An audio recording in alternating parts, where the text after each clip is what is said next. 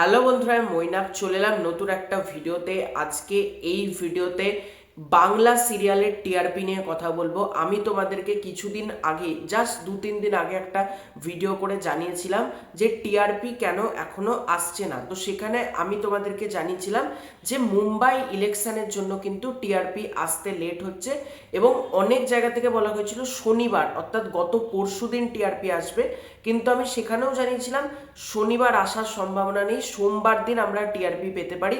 এবং আমার আপডেট কোথাও গিয়ে মিলল, সোমবার দিনই কিন্তু টিআরপি চলে এসেছে, অর্থাৎ আজ সোমবার কিন্তু টিআরপি চলে এসেছে। যেটা বৃহস্পতিবার আসার কথা ছিল সেটা সোমবার এলো। কি কি সিরিয়াল 1 থেকে 10-এর মধ্যে থাকলো সেটা তোমাদেরকে জানাবো। এছাড়াও একটা খারাপ সংবাদও রয়েছে, সেটাও তোমাদেরকে দেব। তাই সবার ফার্স্টে তোমাদেরকে অনুরোধ করব, চ্যানেলে প্রথমবার হয়ে থাকলে চ্যানেলটাকে সাবস্ক্রাইব করে দিও এবং তোমাদের যদি ভিডিওটা ভালো লাগে ভিডিওতে একটা লাইক করো, কমেন্ট করো।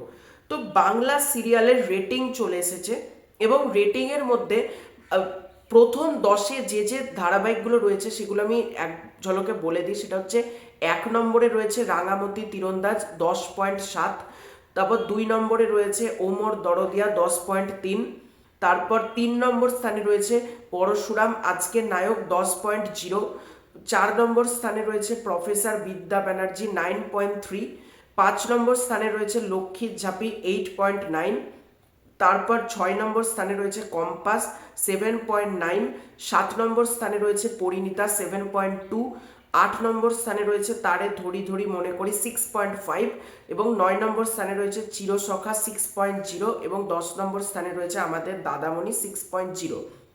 এবার এখান থেকেই আমি যেটা বলছিলাম যে খারাপ সংবাদ কোনটা, সেটা হচ্ছে চিরদিনই তুমি যে আমার 1 থেকে 10-এর মধ্যে কিন্তু বেরিয়ে গেল। আমার দেখা মনে হচ্ছে এটাই প্রথম যে এই ধারাবাহিকটা 1 থেকে 10-এর মধ্যে আর থাকলো না।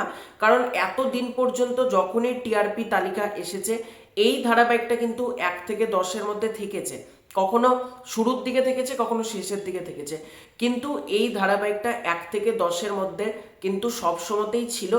এই প্রথমবার আমি দেখছি যে এই ধারাবাহিকটা কিন্তু বেরিয়ে গেল 1 থেকে 10-এর মধ্যে। আমি যদি খুব ভুল না করি, আমার এক্স্যাক্টলি মনে পড়ছে না এর আগেও কি কোনোবার বেরিয়ে গেছিল, আমার এক্স্যাক্টলি এই মুহূর্তে মনে পড়ছে না। যদি তোমাদের কারোর মনে পড়ে কমেন্ট করে জানিও।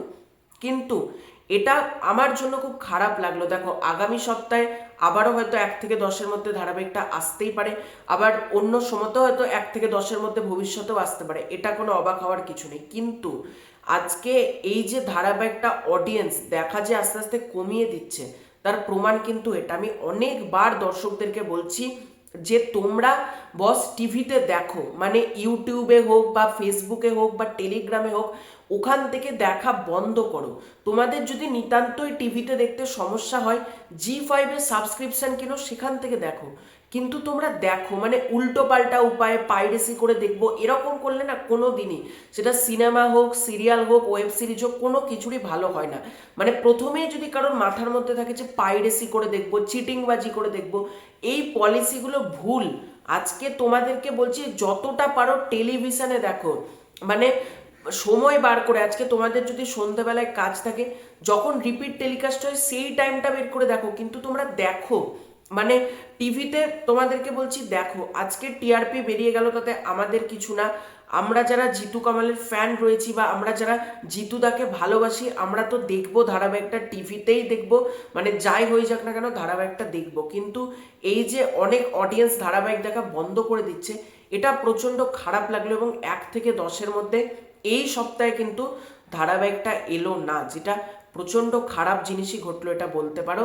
দেখা যাক ভবিষ্যতে আবার ধারাবাহিকটা কখন আসে 1 থেকে 10-এর মধ্যে। আমি একটা কথাই বলবো, আমি দেখো আমরা যারা জিতু কামালের অডিয়েন্স রয়েছে, আমি কিন্তু টেলিভিশনে যতটা পারি দেখার চেষ্টা করি। এবার বাকিরা কারা টিভিতে দেখছে কারা দেখছে না এভাবে তো বোঝা সম্ভব না। কিন্তু এই যে চ্যানেল কর্তৃপক্ষ বা জি5 বা এসভিএফ, জি বাংলা, এই যে যারা প্রোডাকশন হাউসগুলো যুক্ত রয়েছে, তাদের একটা ব্যাপারে সচেতন হওয়া উচিত।